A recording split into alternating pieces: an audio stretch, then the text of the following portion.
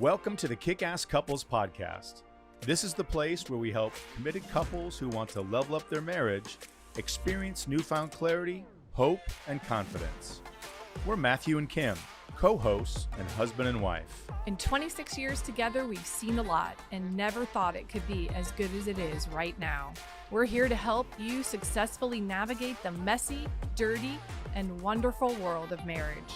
We believe all couples deserve and are capable of experiencing an extraordinary and fulfilling marriage. And each week, we're bringing you life lessons from real-life successful couples to help you grow and strengthen your relationship. And now, let's dive into today's episode. Let's always do podcasts this way. Wine tastes great at 11 o'clock in the morning. I grew up on the road with my dad's band. When I had built this career and spent so much time, and effort building it, and I was to a place that I loved so much. By the way, I just grabbed the wine when you started talking about the kids. Nice. Yeah. To appreciate each other and to, create a team. And that's not an easy thing to do. So she's made me a far better person than I ever could have been without. So. We've both been really open with each other, I think, from the very start. There's a 120% trust, and I couldn't tell you why. I've been thinking of you. Look in my heart and You know let this song? love keep us together. We'll get started right after this message. If you want to learn how to experience the best, most fulfilling year of your marriage, we invite you to pre-order Matthew's new book, Kickass Husband, Winning at Life, Marriage, and Sex. You can get it at MatthewPHoffman.com. Again, that's MatthewPHoffman.com. And now, back to the show. Well, so we want to welcome you guys today. We are so glad, Mindi and Eric, to have you guys with us. It's funny how Mindi, Kim, and I are big fans of the arts and the performing arts, and we had come across you and your performances and your skills a few times in our history with Ruth Eckerd Hall. And the latest was when they had their fundraiser during COVID, and you did a beautiful, looked like you're on your back porch or a back porch singing a song. And you could, I remember Kim and I looked at each other. Not only did we love what you did, but we loved your presence. And we both said to each other, we got to see if we can talk to her. And You're so sweet. That's so cool. And when I talked to Susie Delaney and Eric, she let me know, she goes, wow, they really have this really cool thing with music and wine. They bring them together. They do the reserved tastings. Susie said, you got to interview them. They'd be a great couple. So Eric, I'm so glad to meet you and that we have an opportunity to talk to you all today, 2 years into this relationship, although 2 years officially, though I dated Kim for a short while before we got married. So I know the relationship has gone on. For about 8 years, a little over 8 actually now. Yeah. Yeah, but we're starting to lose timing on things. We were just talking about it the other day. We're like, has it been 20? Has it been 4? Well, the pandemic counted as a lot, I think. Yeah, it just mushed everything together in a good and challenging way. But we were just, wow, how long has it been? Math isn't my subject per se. I play saxophone. I don't have to think about math very much, but I think it's been 8 or 9 years. Yeah. Great. Well, we're glad to have you with us. You bring two great different worlds that we love both of together. So we're excited to jump in and hear more about that and how you all came together. And really kind of the first question that we throw out, and you both can answer this, and either one of you can go first, it's okay, is what do you think makes you a kick-ass couple? Go ahead. I love thinking of us as a kick-ass couple. I just think the name you came up with is awesome master plan to live our lives, the best way that we could. Yeah. And we actually did write that down. We sat down one day and said, what would the perfect life look like years from now? And I would say that we're pretty close to that little thing that we wrote down years ago. Yeah. So you visioned it first, and then now you're just playing it out, living it out, I guess. And it took some sacrifices. It took big decisions. It took changes in both of our careers. I had to leave the executive ranks of wineries. Mindi's husband is around a little bit more on the road. so that there's changes that we both had to accept, which were excellent. But at the end of the day, this is exactly where we want to be. Yeah. And I get someone to carry my saxophone to and from the show now, which is awesome. That's true. Roadie. That's what most people know me as. Mr. Abair. So Go ahead. I was just going to say, so I tell you what, we've got a beautiful bottle of wine here that you were so sweet. It's called Soul Pinot Noir. Maybe while I open this, so we can enjoy it during the interview as you talk, you hit on a really key concept, and then I'll let you talk to us about the wine. Is marriage? You've got you've got you, right? Before you're married, you're individuals, but it becomes us. And it sounds like the two of you made a very intentional plan for what us needs to look like. You said, this is what it's going to be. This is what we'd like to do. Yep. You've created it. And I think that's critical for any successful relationship. It's not I and you. It becomes us. And you guys have done that. So maybe you guys can talk about that a little bit while I open or talk about this wine, Eric, that we get to enjoy courtesy of you guys and about how it came around. Yep. We'll always send you wine. It's totally our happy place, our fun place. So, but when you get into that wine and we're not in your Airstream with you and there's just a little left over, turn on the playlist for it because it's so fun. Yeah, I don't know. Do you want to talk about kind of how we do it? Not do it. Sorry. Well, that's a different type of podcast. Right. That will be on later. That's a whole different podcast. I think Nikki Six has that podcast. Oh, maybe. We'll be on that one later. No, I think, the I versus us, it was very comfortable to move into that. We were both married once before, so we understood the nature of a relationship before ours. We were a little older when we met each other. We were in our early 40s, so we kind of had some history behind us before we got to our relationship. Yeah. And one of the things with my career, some people said to me, "Listen, you're dating someone who's got a massive career, and she's in the public spotlight, and there's a lot of people that come at her around shows." I've been pushed to the side before. I've been called her ex-husband's name, but they gave me a really nice glass of wine. So I thought I'm like, sure.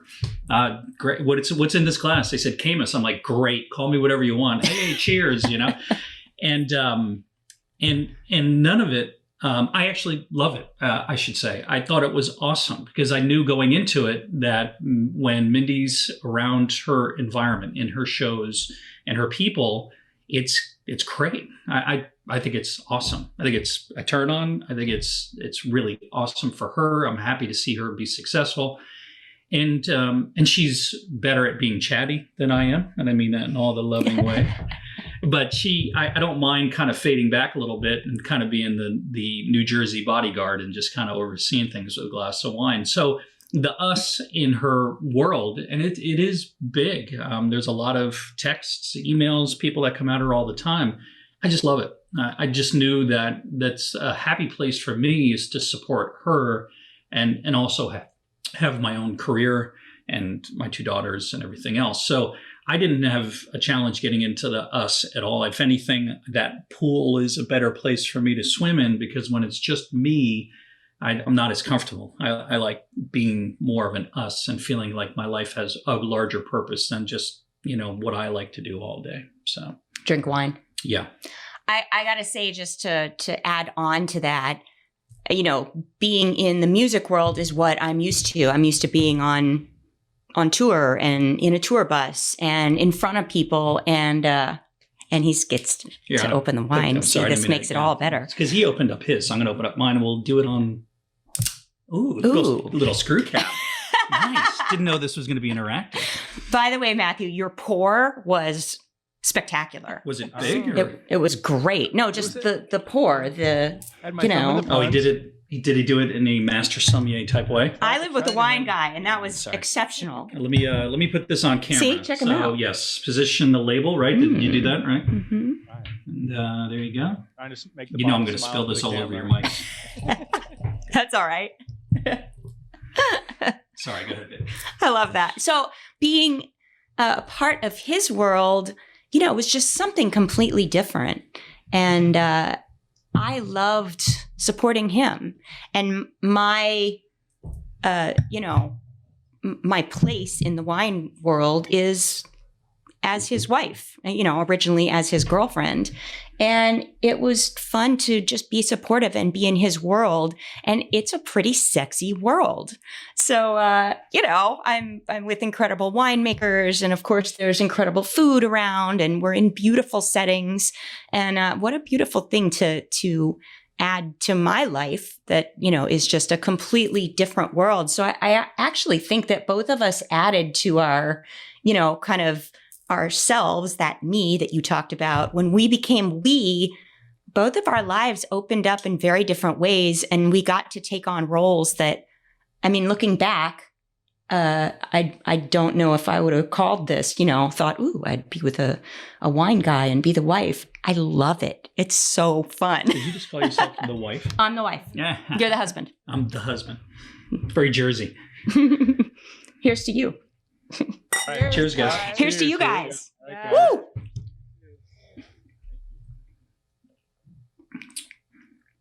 Woo! Let's always do podcasts this way. Wine tastes great at 11 o'clock in the morning. That's right. It's early for you. We're professionals. Totally fine. Awesome. Nice Pinot. So Thank you. I'm going to ask you now. I'm going to ask each of you, and I want to hear a little bit about both of your backgrounds, but I think there's a lot of truth to the fact that we are products of the people who raised us. And so our families of origin play a big role in what we bring to a relationship. And in some cases, it's positive. And in some cases, it might be negative and could have trauma. And so I'm just curious, Mindi, what did love look like to you growing up when you were young? Yeah. And I think this is going to be, interesting because I think they're completely going to be different answers. I really do. Totally. Yeah. Totally different answers. Yeah. I grew up on the road with my dad's band. So it was just total hippie, peace and love. There's pictures of her dad, big mutton chops and the big bell bottoms, huge hair. Huge hair down to, Yeah. You could fit into his pants now. Yeah. Yes, I wear his pants from the 70s now. 70s hippie dude. Yeah. But my parents were really interesting to look at as far as love. I love that you asked this question. They're awesome. Yeah, it's like my dad never had a dad. He died in the war before my father was born. So my grandmother got pregnant right after her husband left for the war. And he died within the first couple months. So my father never knew that relationship of, of a wife and husband, the way that most people would. And I really think my mother needed that too. Her parents had broken up and they needed each other and they found this beautiful place with each other. They are just so loving to this day, aren't they? So they're in their mid 70s and they met when they were 19? Yeah, my mother was 19 when they met and got married. And they've been together ever since. They're an incredibly beautiful couple. Yeah. They've had one kid, Mindi. And their whole world is just revolves around her and supporting her and each other. So it is one of the most nurturing, connected, normal families that I've ever experienced. It's unbelievable. We'll be at a birthday party or over here, drinking wine at the fire pit. And my father will just say out of nowhere, "Isn't she beautiful? She's just so perfect. She's just, Yeah. To this day, he does that. Yeah. And my father's 76 years old and, they've been married 54 years, but it is that amazing kind of, they found it somehow. And they were great parents. It was always just this clan of the three of us. And to this day, we're really close. So I believe I had a really nice thing to grow up with. Outstanding. And they were supportive. And I see it in her to this day. We have a word called scutchy. That's, you know, when you get a little grumpy throughout the day. Apparently I get a little more scutchy than most people. But our kids, we say that to them as well. She never, excuse me, she never gets scutchy. She is happy most of the day, smiling, positive, loving. And I think a lot of that comes from her upbringing, definitely. So if you had to say something really positive that you came away with, is just that great attitude and that just sort of happy-go-lucky all day feeling. Yeah, I think, you know, watching them as a couple, to bring it back to kind of, you know, we can be a product of our environment, whether we learn what to do from our parents or whether we learn what not to do from our parents. What I learned from them is they became a team. You know, it was not my father and my mother, and they had their different things they were into, but they became a total team. They didn't go off and then separate for days, months, or hours in a day. They would have figure everything out together mostly. Yeah. Yeah. That is interesting. Yeah. So that's kind of what I learned from them, to appreciate each other and to, you know, create a team. And that's not an easy thing to do. I mean, there's plenty of things I want to go out and do that, you know, you know, maybe doing the team thing isn't as easy, but I do think it's made their lives better. And when we work as a team, it totally makes our lives better too. And I think that creates joy. Yeah, for sure. How about you, Eric? If you had to go back and recall what love looked like in your household growing up, what would you say? You know, love was about the kids, not so much between my parents. So my father died when he was 42 from a heart attack. He was an Italian, we came from an Italian immigrant family on my dad's side, excuse me, on my dad's side. And so he was a chef, an Italian chef, and he worked blue collar jobs. And there wasn't a tremendous amount of love between my parents, but they were both excellent parents. So they were awesome to us. And so me and my two brothers grew up in this little Italian, little Jersey household, and great friends, great family, people around us, amazing, lifelong friends, very close-knit Italian neighborhood. But one thing was that we weren't as close as Mindi is to her parents. My mom and I are very close now. My dad and I were and we were back then, you know, always. And my brothers are very close, but not this really daily connection that Mindi has. We could check in with each other like once a month or once every 2 months and be fine. And we haven't seen each other in about a year and a half.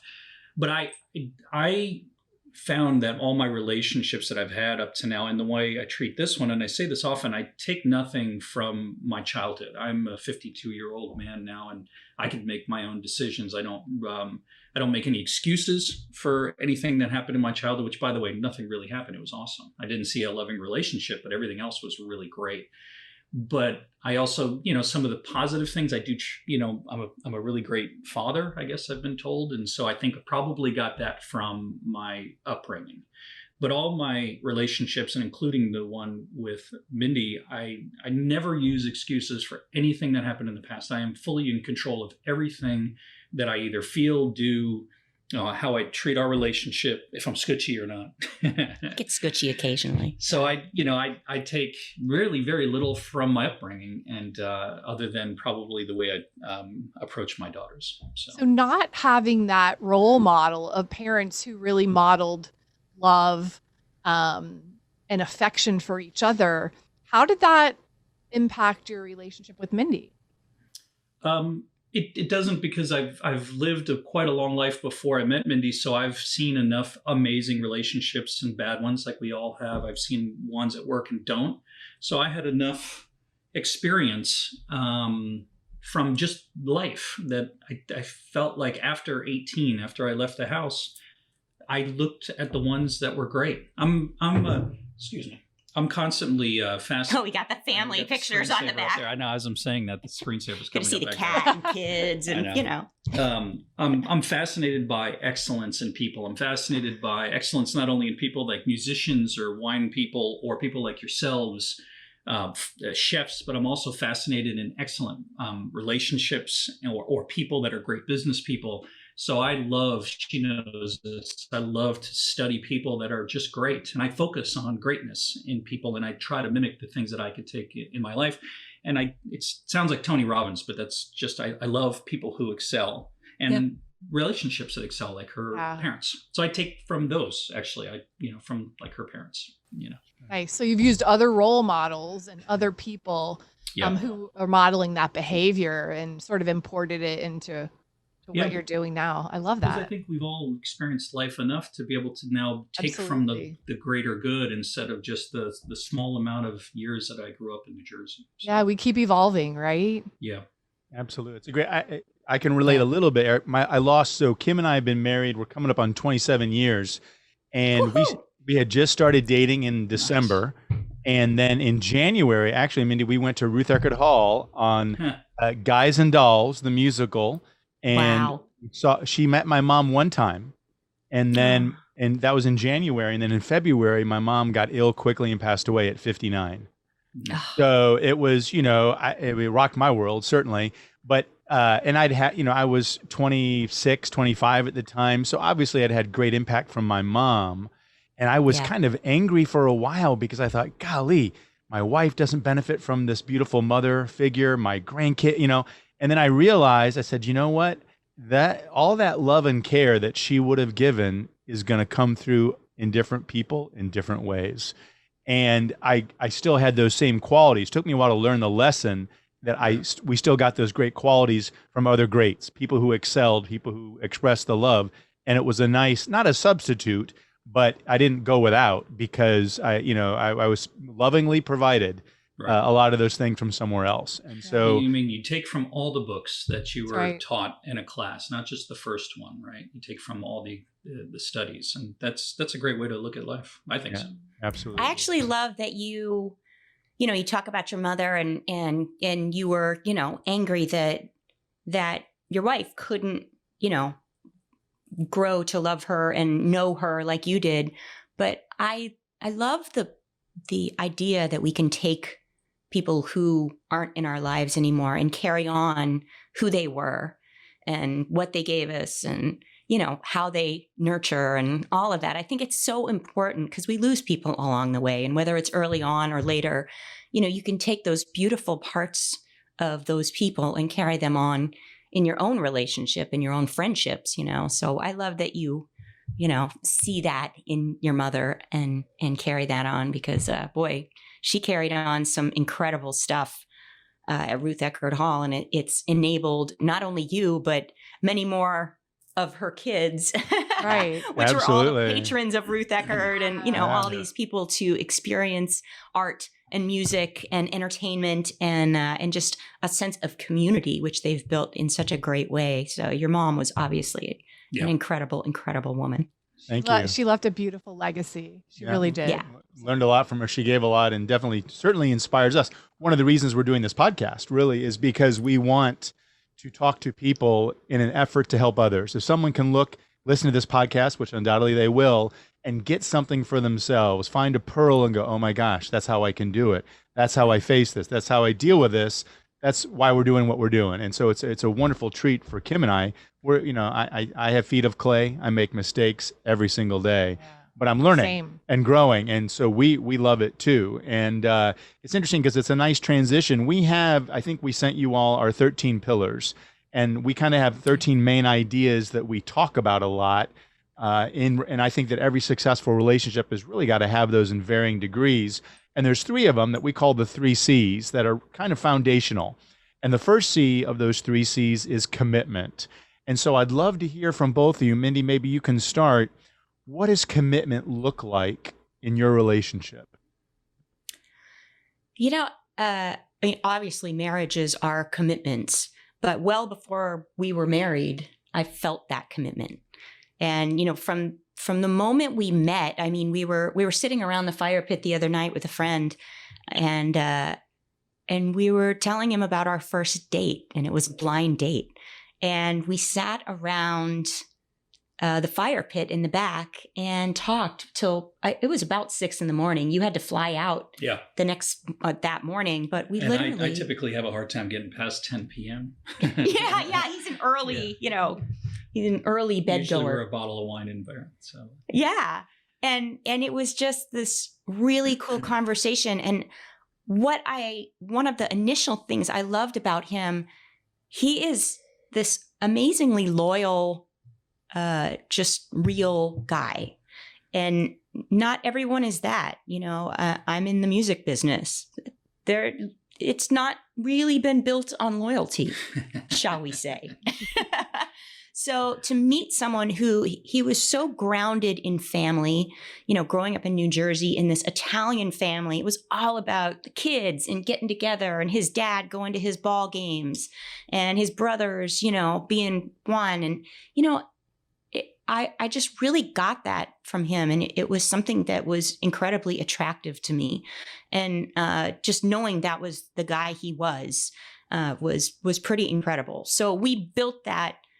Moving forward, I just had this innate sense of trust in him. And, that trust doesn't come normally to me because what I'm around mostly is, are people that don't live like that.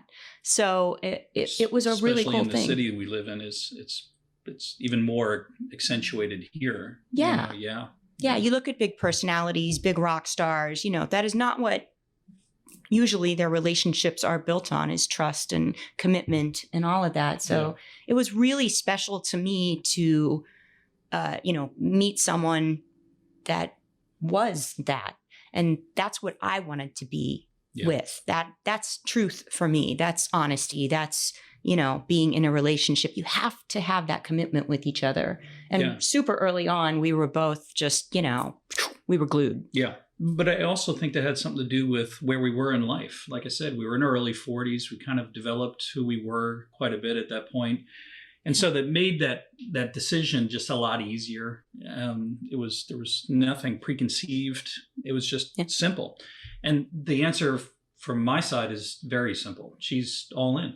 That was it. First person I ever dated that when we started to fall in love, she was all in. And there was no question about that at all, about anything.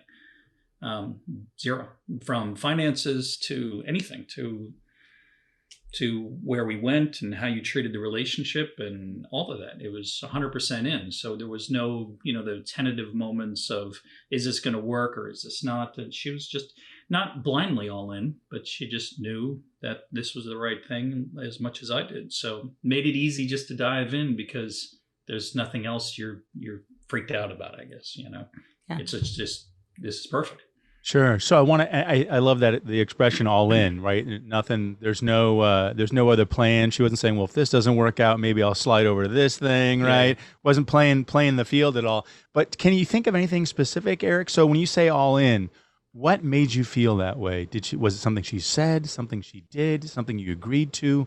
What were the things that went on that made you feel, wow, this woman is all in on us? No, there's a 120% trust, and I couldn't tell you why. Never had that with my past relationships. There was always little something, whatever it is, whatever we make up in our minds with throughout a day, that there was something that someone said or did, or a text or an email, or what is that all about? Never once to this day have I ever questioned anything than 100% trust. It's just unbelievable in everything. So I hear you saying, relationships have multifacets to them, especially now that we're married in business. There's things that break up relationships all the time. Money, right? Finances, how we deal with challenges with the kids or careers. Never once I have ever questioned the trust, the loyalty, the decisions she's made that have all been about us and not selfish, I guess. And I think we did make decisions early on that it took each of us out of our comfort zones in ways. It's like I didn't have kids. And, I was in a business that, I was touring all the time and traveling and in a studio all hours of the night. It wasn't the perfect scenario for having children for me. I've heard it said, you can have it all, but you can't have it all at the same time. And so to have kids when I had built this career and spent so much time, and effort building it. And I was to a place that I loved so much. By the way, I just grabbed the wine when you started talking about the kids.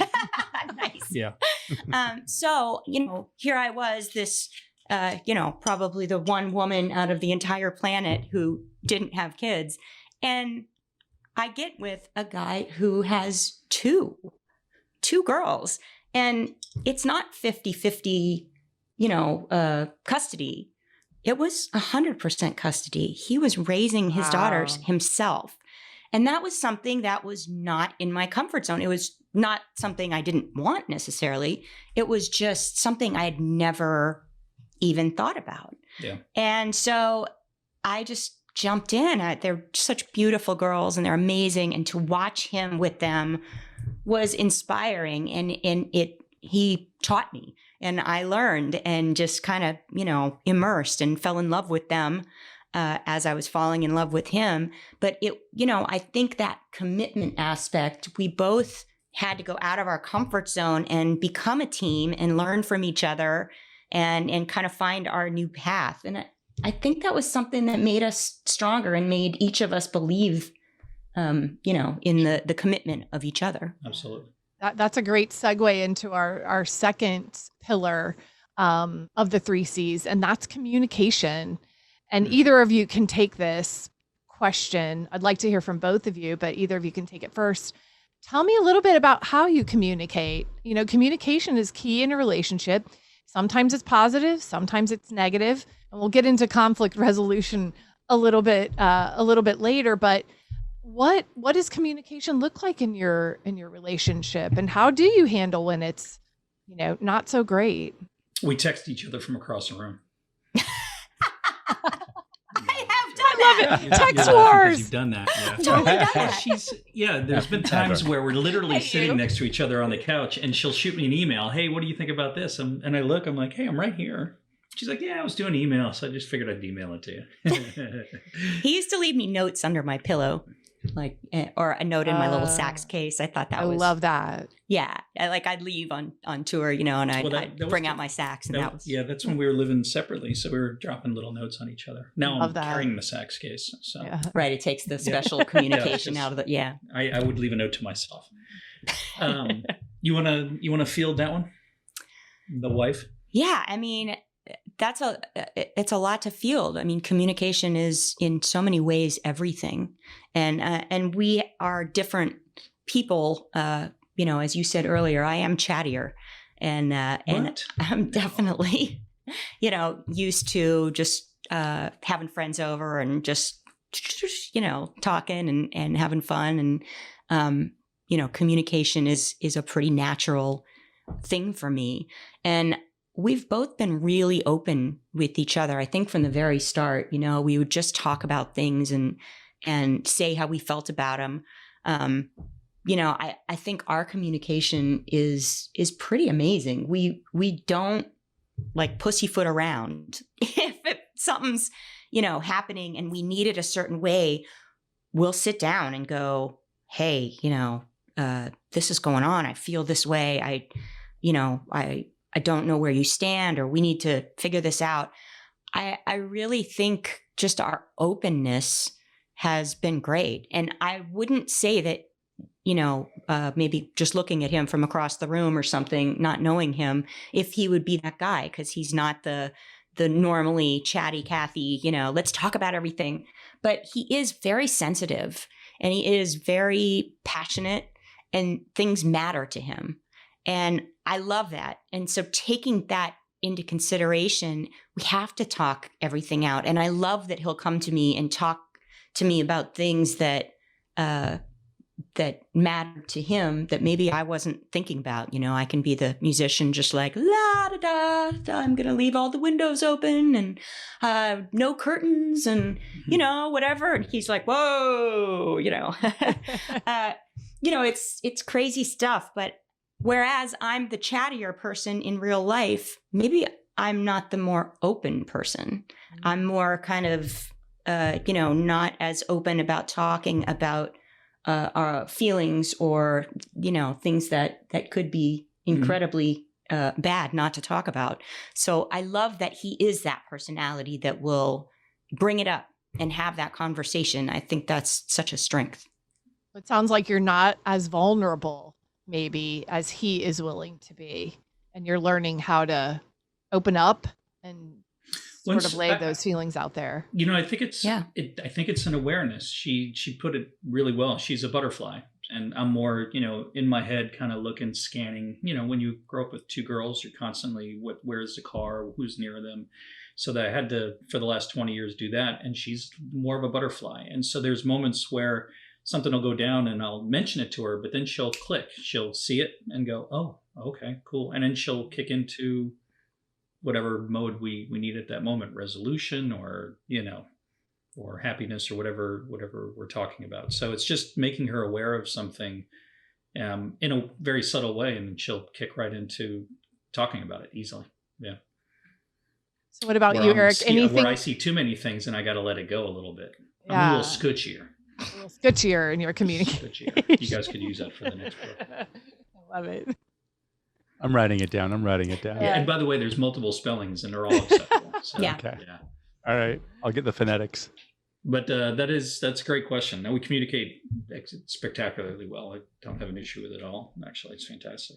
So that's good.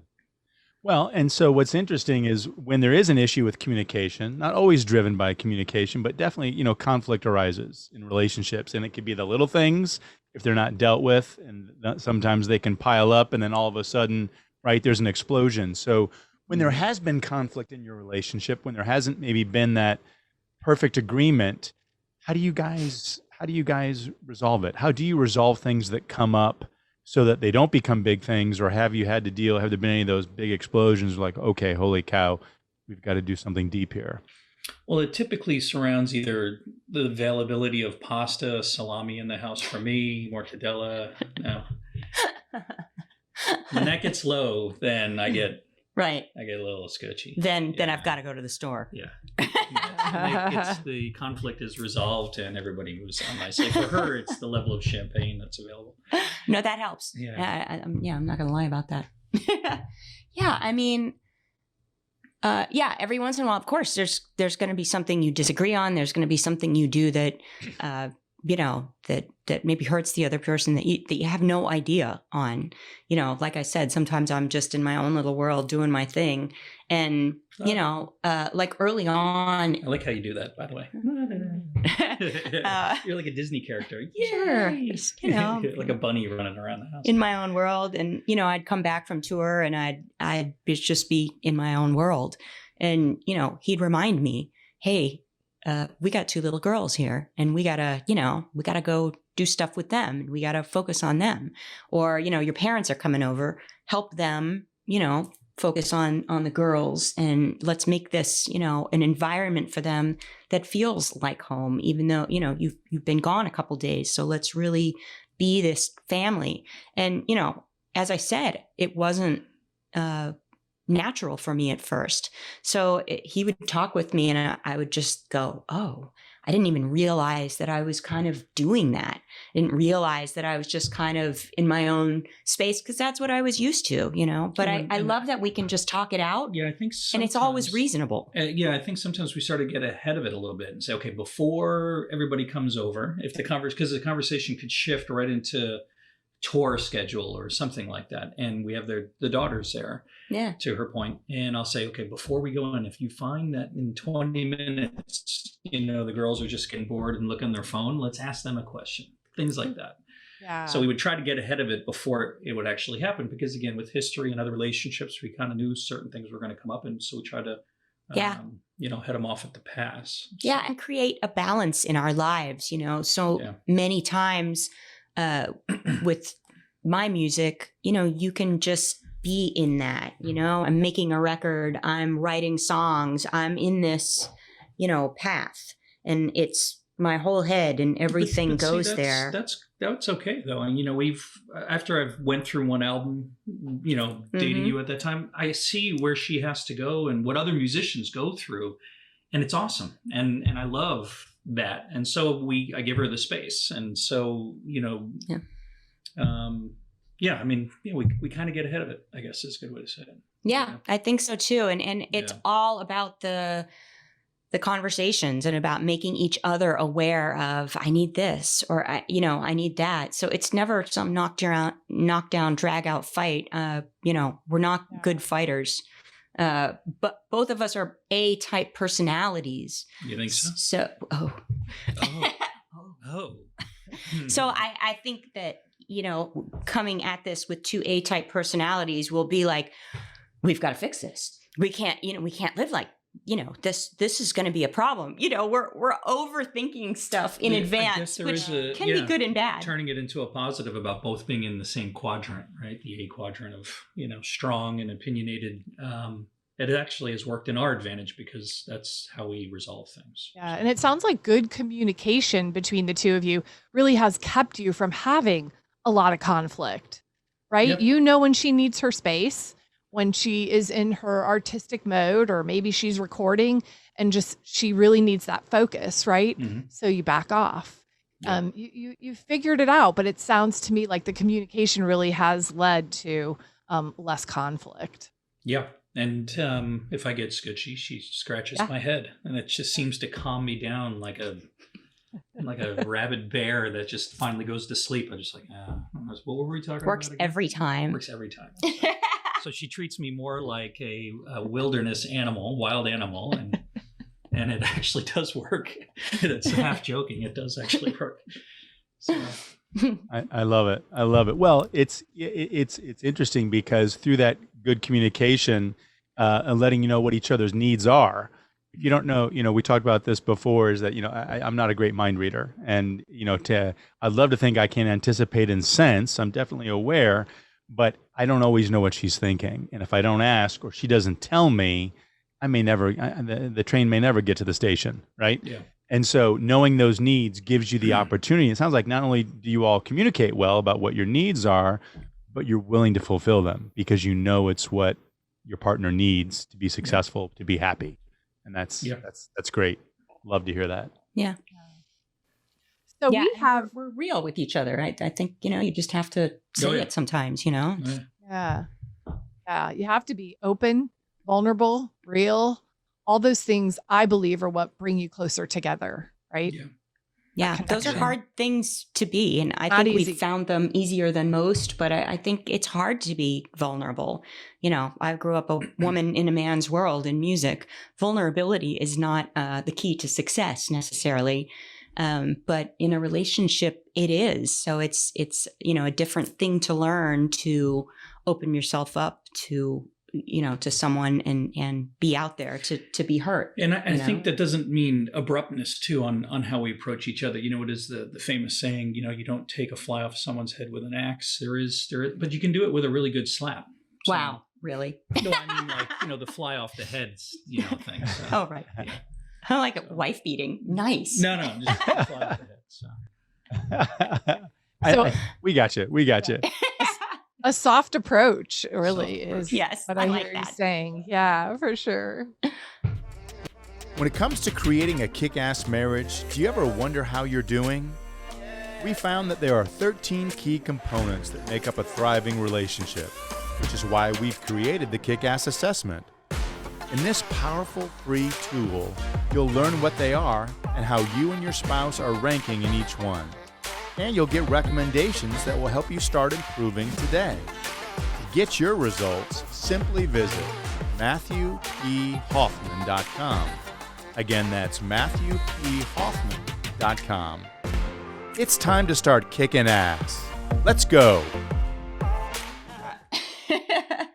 You know what? I know we covered some of this before, but that's everything. Billy Joel wrote the song, Honesty. It covers it.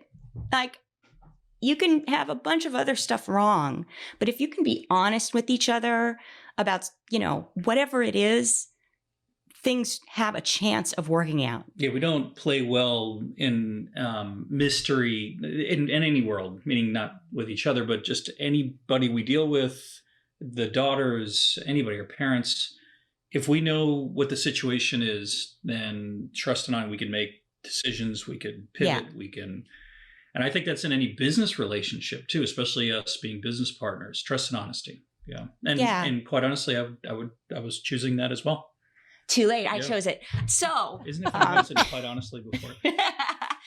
I mean, it's something we talk to our daughters about, it just all the time. You have to be honest with each other. You have to be honest with us. That's the only way we can be good parents. We have to be honest with you.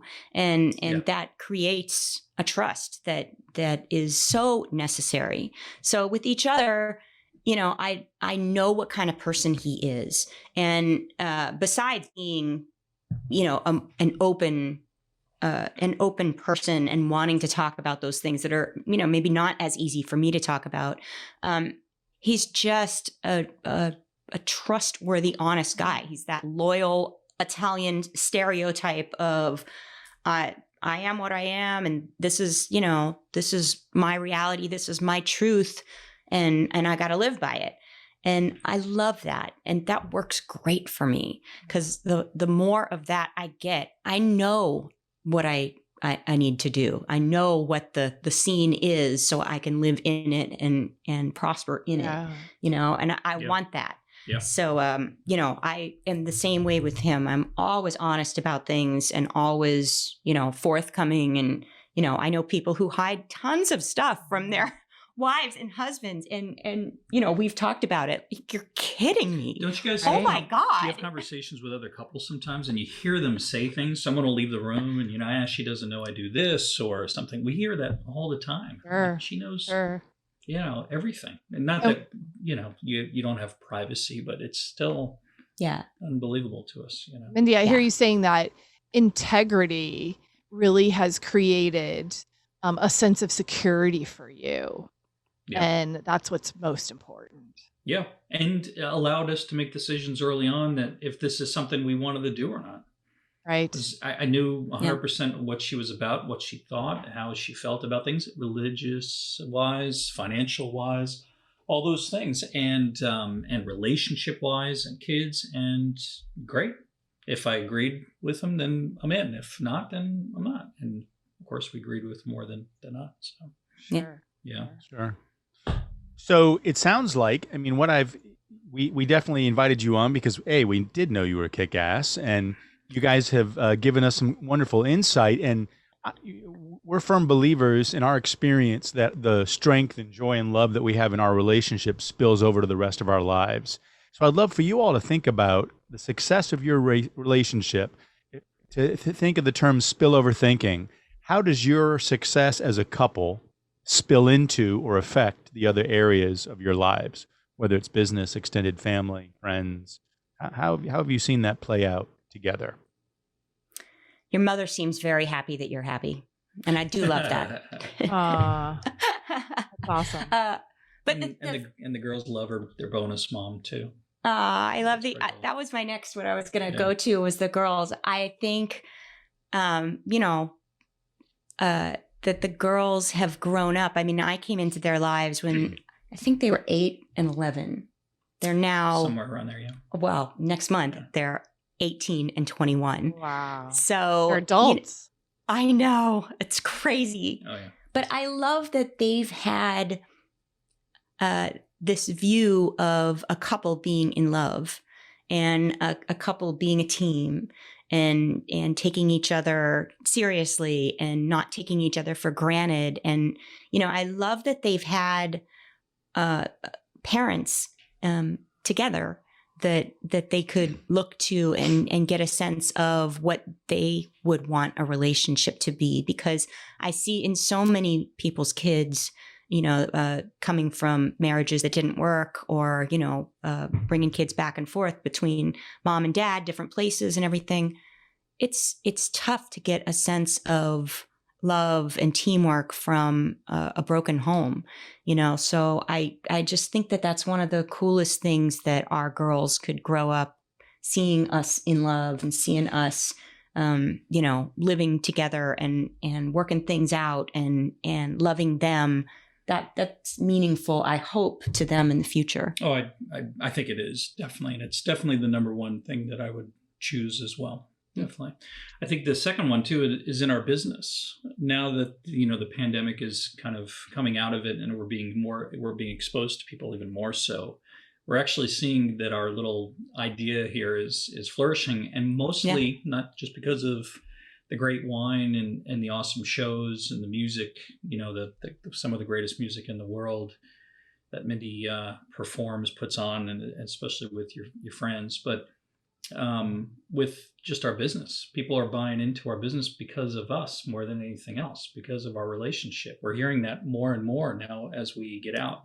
And we did a lot of online live shows, 50 or 60, something like that. Yeah, more. Over the last year. So we didn't realize how exposed we were getting. I mean, Mindi will attract quite a large audience, a couple of times over 100,000 people. And now that we're out and people are just commenting on our relationship more than the wine, more than the music. And then they say, holy cow, the show is awesome and this wine is great. So it's spilled out in a way where we're very not surprised, but we're like, this is kind of cool. We go back to the hotel at night and go, well, that was pretty awesome. That all these people came up to us and said, you guys are like the greatest couple. We just loved seeing you guys. We tune in online just to watch you guys, watch Mindi, perform. And it's just, that's pretty cool. Not that it validates our relationship. If it all ended tomorrow, we'd be drinking wine, listening to music on our back porch. But it is kind of fun. It is kind of fun. Well, it's something that I really pushed back on, in a normal world, pre-pandemic, I didn't post a lot of stuff of my personal life. I would really keep it, business. And the pandemic, though, really changed that. And I kind of did something that was outside my comfort zone, bringing people to our porch, doing shows, because there was no other opportunity. So I feel like I kind of had to let people in for our sanity, for my sanity, just to kind of connect. Yeah. But it worked out in a really great way that I couldn't have foreseen that now, someone came up to us last week after a show and they just said, will you do another cooking show? The cooking shows are really fun. You guys are funny and goofy. And it's not that we're chefs. We're not, but he's throwing things around and we're goofing on each other. And it's fun, but I never, ever, ever considered that someone would, just kind of react to that and connect to that. So it's been kind of fun for us to go, oh, wow, they kind of know us as a couple now. This is different. And you could worry that exposes the relationship even more so. But we've, and that might make people uncomfortable but I think it's even better. I just, that we inspire other people is inspiring to me to be better in our relationship. We're like Captain and Tennille. We're like peaches and herb. Love will keep you together. Love will keep you together for That's sure. Right. Because I really love you. Stop. I've been thinking of you. Look in my heart and let love keep us together. Do. Whatever. I love You know it too. I tell you, we all know it. I've never sung that to her before. No. I think I put that on your playlist that I made for At you. our 25th anniversary. Yeah, it was on there. Nice. Very nice. I think it was the other day I was singing Phil Collins and Mindi said to me, hey, do you know why Phil Collins sings that song? And I'm like, why? She goes, because you don't have to. So I don't have the greatest voice. Now, he's awesome. Yeah. But I'll still sing like I do have a great voice, like we all do in our That's private right. voice, so. Absolutely. So we're going to ask you guys to, we're coming in on the close here, but I want you to think, if you go back to your unmarried self, and Mindi, we're going to ask you first, if you could put your hands on your shoulders and say, sweetie, let me give you one piece of advice before you get married, and it's this. What advice would you give to your unmarried self? Marry a wine guy. That I love how you answered it for her. It's a go. It's a go. I apologize. The win. There's the Italian.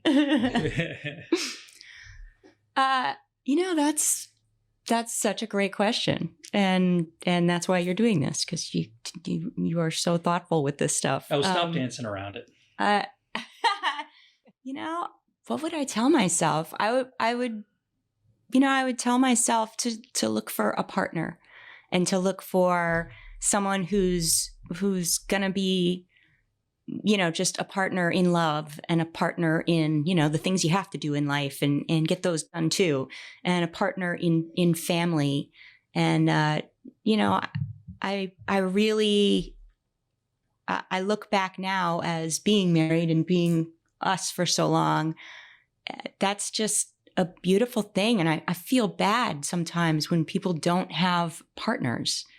And I just look at us and we get to share our lives together and watch movies and goof on them or get excited about them or talk about what's going on with our daughters or our families and just share it, have someone to share it with. So that's the thing that comes to mind, although I could come up with like 20 more things. But that's really the first thing I would say to the unmarried Mindi. Yeah. Okay. All right. I would say to the unmarried Eric, find someone who could make me to bring out all the great things that you want to be in life. We all have this thing in our head of what we should be, look like, act like all day, conduct business, conduct personal lives. You have this person in your head and of this almost barometer. And I would say that finding Mindi brought out all the things that I've always wanted to be, but even more than I ever expected. So, and that includes how I, approach my relationship with her and challenges and great times and all that stuff. So she's made me a far better person than I ever could have been without her. So that's so nice. I love hearing you say that because, I was married for a very short time, very young, to a musician, and right, and that person didn't bring out the best in me, and I didn't realize that obviously until later, but this guy right here brings out all of the good in me, and I love hearing you say that because I think it's really important that we find that person that can really tap into us and bring those qualities out because they're there. Was your previous relationship a drummer? He was not. A lead guitarist.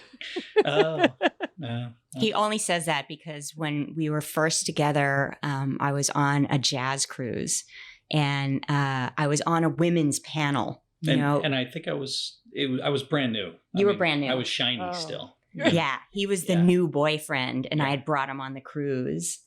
And so they were asking certain things and everything, and they said, "Well, we know that you guys were introduced and you got together." And the guy whose cruise it was, Dave Cause, had introduced us and set us up on a blind date, and it was all working out swimmingly. And they're like, "Well, what drew you to Eric?" And I'm on this panel, and poor Eric is sitting in the audience. Did you guys make me stand up in front of everybody? I think like 500-600 people in the room. Yeah, like 500-600 women. So So he's standing, and I was just like, it was on display. Well, he's not a drummer. I didn't know that was a musician joke at the time, but it is a good joke. I forget what the second one was, but he's a wine guy. He's a wine guy. He's not a drummer. And look at him. And I understand it was very flippant. It was it was just all in jest and everything. But it was cocky. You? But I. So that's where I got that joke from. Apparently, it works really well in music. So everybody goofs on the drummers. Gotcha. Right. Yeah. Well, thank you both so much for opening up and for sharing a little bit about your relationship and your world together. And It was fun. definitely are a kick-ass couple, and we're just so grateful that you are here with us and How do you sharing like with the our wine? listeners. The wine is wonderful, and Matthew's Delicious. gonna It's great. And so if people want to learn more about you two individually or together in your new business, where can they go to find out more? Because they're going to hear this and they say, we got to find these people. How do they find you? We want to drink. We want to listen to music. We got to hang out more. You can find me and the music I make at mindiabair.com. And that's MINDIABAIR.com. So you can find, new records, all that kind of stuff. Tour dates. Yeah. Yeah. And you can follow me at Facebook, and that's at Mindi Abair, or Instagram at Mindi Abair. And of course, we're still doing our fun live shows on the porch via Facebook Live. Great people that come by. We just had Bill Champlin not too long ago from Chicago come by, do a couple songs. So it's always fun to see who's going to come by the back porch. Yeah. So we always have fun making music with different people. Yeah. And then as far as wine, we have our little wine company is called reservetastings.com, Reserve Tastings. And it is pairing wine and music, and it is a private membership. Though we have a little store open there, you could buy our wines, but it's a private membership of a club. Basically, we ship wine to you 4 times a year. But these wines are incredibly special, and we say that because they're wines that we curate. So I have winemaker friends that make wine for $100 wineries, $50 Chardonnays, and we get a little extra. We peel off a little extra. So it could be an outstanding Rutherford Sauvignon Blanc that we have here, called So You Wanna Be a Rock and Roll Star. And we bottle these wines, and we always have a unique label on them. So the wines are something that you cannot find, but they're all super high-end wines. They usually average around $35. But the labels are the special part, my special piece also, in my opinion. Everything is music related. We take the style of wine and pair it with a style of music. So you guys have Viva La Soul there, which is a very earthy Pinot Noir from Monterey. And so the playlist and the music pairing we did with that, the record label is like an old 45 on the label. Sorry, it's an old record. And the playlist is all soul music. It's Sam Cooke. It is Otis Redding. It's James. So we pair wine and music together, and we love for you guys to be part of our little membership. It's a pretty simple little direct-to-consumer wine company. So with very high-end wines and a really all original artwork. So. Well, it's delicious. It's delicious. Thank you for yeah. sharing it Thank with you. us. So we're going to toast you guys. A toast. Let's toast to you. Two. cheers. Cheers. Rock and roll star. Cheers. Yeah. Woo! We loved having you. Yes, you guys And, are awesome. This was so fun. Right? Let's do this all the time. had I'll a talk great about time. him all day. Yeah. She's my Us. favorite topic too. All right. Take care, guys. Thank you. Cheers. Cheers. That's all we've got for this episode of the Kickass Couples Podcast. If you like the content of this show, you'll love Matthew's upcoming book, Kickass Husband, Winning at Life, Marriage, and Sex. To receive a digital mini book of quotes and images from the book, all you have to do is rate this show and leave a review in Apple Podcasts, Spotify, or wherever you tune in to listen. Then email us a screenshot of your review at podcast@kickasscouplespodcast.com, and we'll get it over to you right away. Until next time, remember, happily ever after doesn't just happen, it's on purpose.